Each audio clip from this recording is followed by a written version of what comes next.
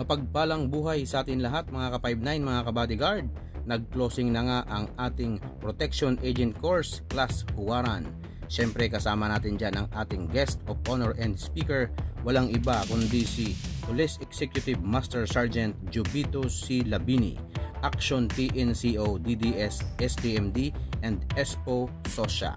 Tara, tunghayan natin ang closing ceremony ng Class Huwaran. By the authority of the Supervisory Office for Security and Investigation Agencies, through the leadership of our Acting Chief Social, Police Brigadier General Rodicindo Lico Reales, in behalf of our Officer in Charge, Security Training Management Division, Police Lieutenant Colonel Roberto A. Bupas, in my capacity as Action PNCO of Doctrine and Development Section, Security Training Management Division, and concurrent Executive Senior Police Officer SOSYA, I, Police Executive Master Sergeant Jubito C. Labini, do hereby declare the Protection Agent Course Batch 35-2026 Huwaran officially closed, effective today, February 20, 2026, and congratulations.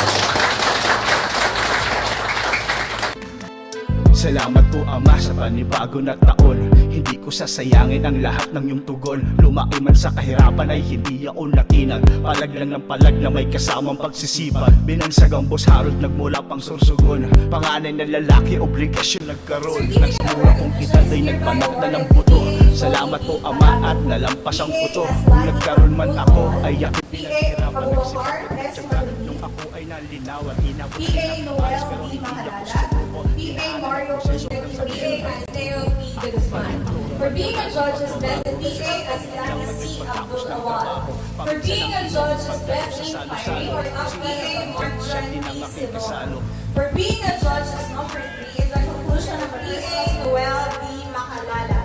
For being a judge is number 2 is the conclusion. Certificate of recognition is hereby awarded to PA Luri C. Perez. For being a judge is number 1 is the conclusion of the Personal Security and Protection Course Batch 35, 2026.